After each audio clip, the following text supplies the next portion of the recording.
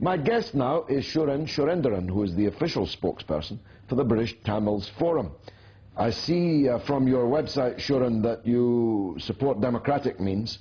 Does that mean you condemn the violent activities of the so-called Tamil Tigers?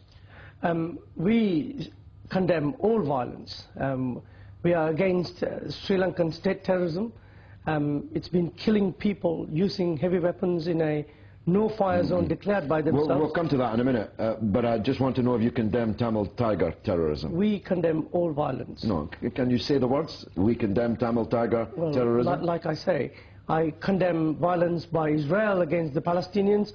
I condemn violence against Sri Lankan government against the Tamil people. I condemn violence full stop. Yes, but people will have noticed that you couldn't bring yourself to use that particular sentence, that you condemned Tamil Tiger terrorism, of which there has been a great deal. Well, for violence to be perpetrated by an oppressed group of people, we like to call that is freedom fighting. I see. No, well, as long as we're clear. So you're not against Tamil Tiger violence, that's freedom fighting, and that's a fair enough point of view. It's not one that I share myself, but let's go on to the undoubtedly massive violence that's being visited on the people of the Tamil areas in Sri Lanka now in this current Sri Lankan state offensive, where clearly thousands of people have been killed, tens of thousands of people maimed and driven out as refugees. But of course there's very little media coverage of it, partly because the fighting is so hot that it's difficult for the media to survive, and partly because Sri Lanka has defied the conventions on freedom of speech and coverage by keeping journalists away. So tell us from your point of view just how bad it is in that strip. Sure. It's not partly because Sri Lanka has kept away the international media. They have forcefully withdrawn all international media. They perpetrated, it's a pre-planned operation that they got rid of the United Nations from the Vani where Tamil people live, and they got rid of all of the international media, and they threatened international media when they reported against the government's operations. They threatened the BBC reporters. They killed their own Sinhalese reporters when they reported on what is happening in the Tamil area. In the Vani, people are dying of starvation. Sir, you took a convoy of food for the Gaza, people of Gaza, when Israel blocked fundamental food for people to live. People are living without food. ICRC says there is firing that they can't unload food. On the 2nd of April was the last time a proper load of food went to the Vani. Even that was only sufficient for a week's supply. Last Tuesday, a week before Tuesday, when David Miliband and Bernard Kosha was there, Sri Lanka sent 30 metric tons of food, which was only sufficient for a day. And they sent 25 metric tons of food yesterday. Now, think about it from the 2nd of April. Today we are on the 8th of May. People are starving. 12 people have died of starvation. They are not sending medication. There is no antibiotics. There is no anesthesia. They are operating, amputating people without any proper medication. There is disease spreading. There is potential for children to be killed by disease. Sri Lanka, on top of that, never mind, they're not sending food. They are perpetrating a slow genocide by not sending food. They are also using heavy weaponry in a very small strip of land. Have they stopped the heavy weaponry now? They said they would. They haven't. They use Kiefer jets to bomb. I don't call that lightweight ammunition. They're using cluster bombs. They're using multi-barrel. Navy is using cannons of 107 millimeter rockets. They are using all of the banned munition, just like what Israel did in Gaza. They're using phosphorus bombs. Children are getting killed. They bombed a hospital only a week ago, twice, after the GPS locations were given through the ICRC to the military and to the President's office. ICRC has formally confirmed that they have given the GPS locations. So knowingly, they are bombing hospitals. Even Hitler refused to bomb hospitals and universities. And However, Sri Lanka bombs hospitals and schools. They have bombed more than 22 hospitals in the last few months.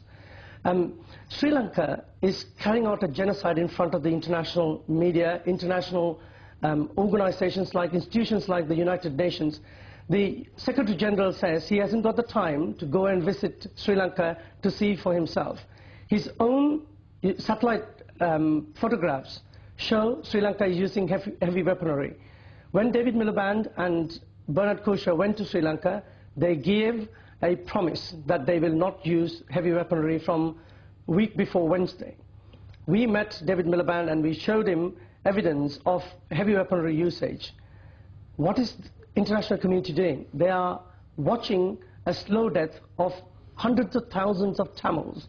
Just like what happened in Darfur, in Rwanda, in Bosnia, innocent people are getting killed in broad daylight. Now, what are the LTTE, the Liberation Tamil Tigers of Elam, they are accused of refusing to allow these civilians to escape to safety from the war zone. What do you say to that? Well, let me just put some records straight. LTTE didn't walk out of the ceasefire that was negotiated by international community. Sri Lanka unilaterally abrogated from that ceasefire last January, on the 17th of January last year. LTTE called for ceasefire many times, and as recently as 10 days ago for a ceasefire. LTTE calls in all of the international institutions, international media to come and visit into that area and report for themselves whether the LTTE is holding these people. I can't speak for the LTTE whether they are holding people or not, but I can ask the international community and the international institutions and the international media to go in there and report. Yeah. LTTE is not blocking. It is government of Sri Lanka which is blocking such reporting. Now, this must be the end game, militarily at least, for the LTTE. So where would, I mean, this is going to end either in 1 week or 1 month. Or the military defeat of the LTTE looks certain. That will not end the legitimate claims of the Tamil minority in Sri Lanka for equal treatment and for fairness. How do you think that campaign, that justified campaign, will emerge in the future in a post-LTTE, militarily post-LTTE era? LTTE is fighting for the freedom, like you say, of the people, just like the ANC and the KLA were fighting for oppressed people, black people in South Africa. Let's not compare the ANC with the KLA, if you don't mind. One are a group of revolutionaries representing the overwhelming majority of people in South Africa, and the other are a criminal band of separatists. And this actually is the perfect, you've raised it, the perfect dichotomy. I'm asking you, what do the Tamil people want in Sri Lanka? Do they want an independent state in that small island? They want to break it up into 2 countries? Indeed. Just like in the Middle East, if 2-state solution is the only way for peace and stability of the region, just like in Kosovo, in the Serbian region. You keep making these comparisons, and neither of them is valid, at least not on this show.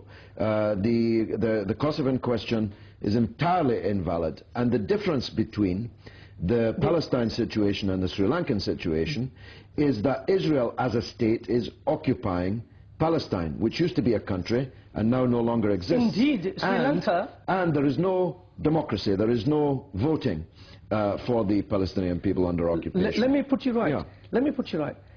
International community agrees that Kosovo, as an independent state, it doesn't. Don't keep saying that. No, the United Nations doesn't recognize any country called Kosovo. 40-odd countries. Never mind how many countries. The United Nations does not recognize Kosovo as an independent country. Kosovo. So forget that example. Kosovo.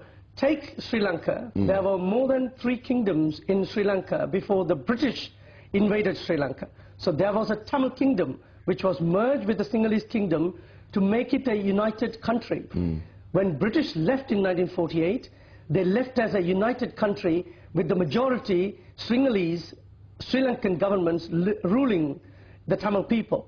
All the Tamil people are asking is their homeland, which was a kingdom before, to be theirs as a separate country.